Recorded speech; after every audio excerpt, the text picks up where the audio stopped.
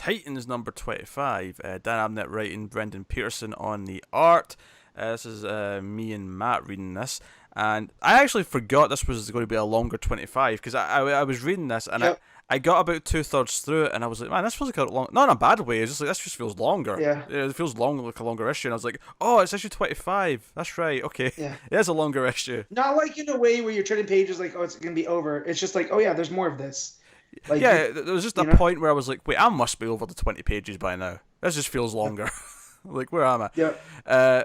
So what I liked about this issue is that it kind of, because obviously the first two issues were very similar of this like new, it was the same writer, but the refreshed run with the new team, right?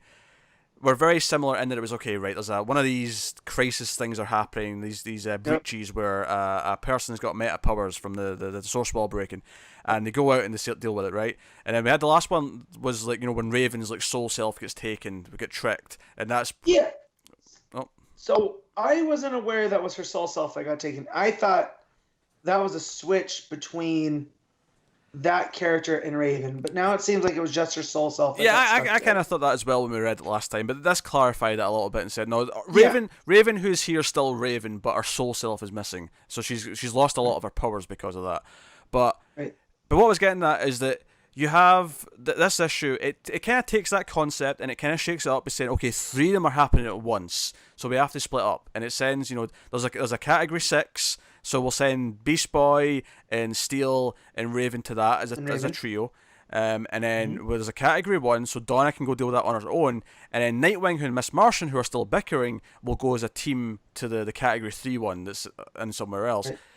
But what it did that was smart, I thought, was that it used this to kind of shake up what it's going to do from here on out. Because by the end of the issue, not only are Nightwing and Miss Martian's problems kind of dealt with, they've kind of like learned to understand each other. And it's a really fun subplot with them. Because the one they go to, the old woman has this power that puts them into her TV shows. And she's like, thinks her TV's broken. And basically what happens is we get like a series of scenes where Miss Martian and Dick are acting out various movies, kind of like fake versions of real movies. So one's like clearly Casablanca. One's clearly... That was definitely Casablanca. Yeah. There's like a generic Western at one point. They kept calling him Rick. Yeah. Yeah. No, it was good stuff. There's a Western. Yeah. And what was fun about it is that they were trying to still talk to each other like they were themselves, but their dialogue would keep slipping into like dialogue of the movie. So it would be like, Dick would say something like really, Nightwing-ish, but then it would end with the word sweetheart, and it'd be like, that was weird. But it's because he's turning into Casablanca mode, and it was kind of funny. Right. And obviously it ends up with them almost kissing right before the TV breaks, and the whole, because Donna like breaks the thing, and everyone's thing ends at the same time, and that's when the TV breaks. And I liked it afterwards, like, okay, right, so clearly we understand each other better, and Nightwing, she kind of realizes that he not only feels threatened by her because she's kind of the supervisor, but because it reminds him of his own humanity, that he has to kind of like work harder to prove himself because he is just a human being. And she's trying to prove herself to everyone because she's an outsider, and they kind of respect each other a bit more. But I like the small comedic beat at the end where he turns and goes, but hey, we're not going to mention anything that happened in that TV, right? And I was like, oh, of course not. We're going to keep that to ourselves. Yeah. So this is what I've learned about Dick Grayson. Him, much like myself, has a thing for redheads, because there's Babs, there's Corey, and now there's Megan. Yes. So, there's a little spark there. Yeah, actually, they had good chemistry, and what I think I like about it is that at the end, she's like, when she gets her telepathy back, she's like, that's Corey. Who's Corey? She's on your mind. And I'm like, this makes sense that he's thinking of Corey because he's feeling attracted to an alien again. Yep. Of course, this makes him think of Corey. But and usually I don't like when they put like sparks there that they can kind of tease. Maybe there'll be a thing, even if it's just in Titans. But this one, it felt like the way they worked out through their issues, they needed to share an intimacy. Yeah. That maybe it's not romantic, but they need to see each other. Yeah, it was super romantic, like at face value, because they were playing out these TV and movie scenes, right? Mm-hmm. But they could bring this back if they want to later, and I wouldn't even be that mad because the chemistry was actually kind of nice. But it kind of like they don't have actually. This can just be a funny joke that it maybe I could see them in like 15 issues time, like someone like one of them like jokingly referencing all that time in the TV, and everyone else just looks at them like, what happened in the TV? Oh no, what happens in the Yeah, TV stays in the TV, and then yeah, it could be a running joke like that where it never becomes a serious thing, and that's cool. That would work. yep, But no, I had a blast. Like the cowboy versions of their outfits, where yep, Dick had the sort of the frilly blue logo, and yep. Miss Martian had like it was her color scheme, but it was like a black and red dress, like the old timey Western dress. Uh, it was fun. And then, like I said, I was alluding to this earlier. There's the Star Wars slash X-Men one where she's got the Leia buns and he's got the Cyclops Yep. visor. And if anything, it's maybe more the Geordi visor from Star Trek if it's more related to the Star Yeah. Wars stuff. But Hmm. no, it was. I don't know. I thought that whole subplot was really fun. Yeah. Well, there's that, and then the stuff with Donna. She goes, and who she ends up fighting. I'm like, I've seen these guys before, Hmm. but I couldn't pin it. And then up came an editor's box, and they were in the first issue of Teen Titans. It's who Damien fought with whatever was going on there. So there seems to be Oh a yeah. tie between these two books now. Was that way back in issue Uh, one? that was the Brother Cool. Blood stuff. Yeah, because Or it's the if it cult. wasn't issue one, it was the special Cool. that yeah. It was Um, the cult of blood, and they've got a device that's yep, harnessing this like energy coming off the source wall, and that's why there's three things happening at one time. So Donna eventually smashes yep. this, and that causes it to stop. But But who shows up there that Donna runs yeah, into? this was out of nowhere, but I kind of like it. Yeah, Uh, so do I. so Ben from Supergirl, like Supergirl before the new Uh-huh. run, who works for Yeah, Cat from Grant, Orlando's. yeah, shows up and he's investigating this, and Donna's like, because he actually built this device, and then the blood cult Yeah, took it and manipulated it to do their own thing, yeah, and she's like, oh, you seem to know these things, young Ben. You're coming with us to help. You're going to talk to Natasha and try and figure this stuff out. And she's like, yep, hop on the bike. Which, I love Donna's got a big ridiculous motorbike. I'm into it. I'm into yeah. that. But I love that he's like, are you Wonder Woman? And she's like, yeah, I am. Sure, I'm Wonder Woman. But the annoyance in her voice, Yeah, she's so tired of being asked if she's Wonder Woman.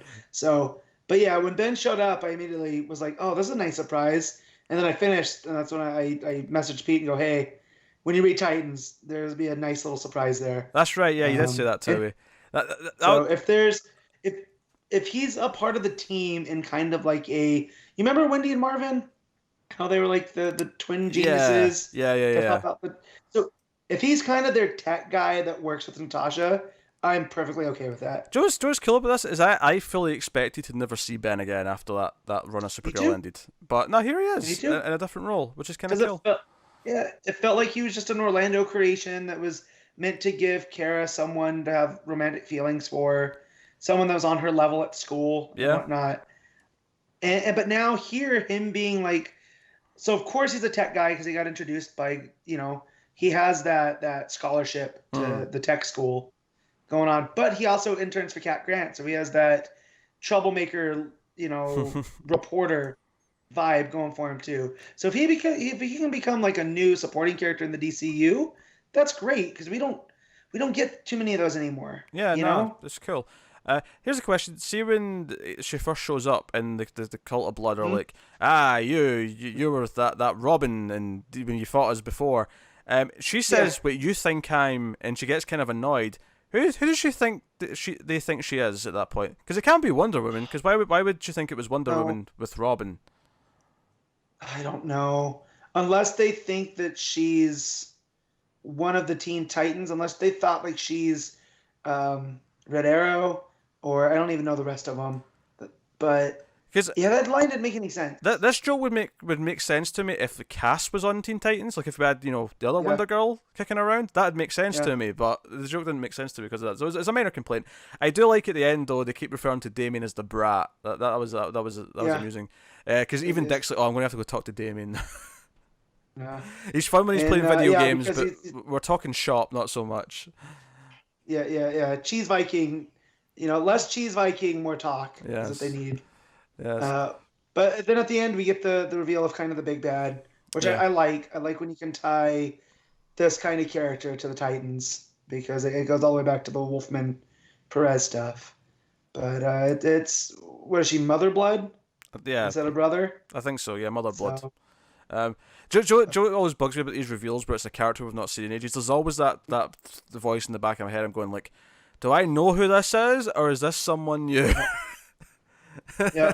There's always that thought. But I like that, and especially what it's going to mean for Raven, because anytime Brother Blood's involved, it usually has to do something with Raven.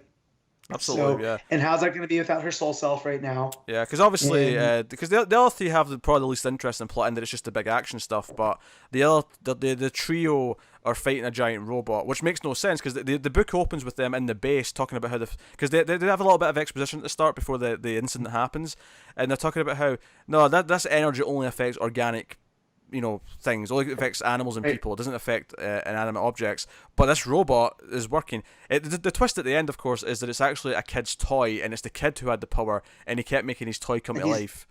So that was fun. Which I like. Yeah, but that was very much. Every time they thought they destroyed this robot, it would reassemble.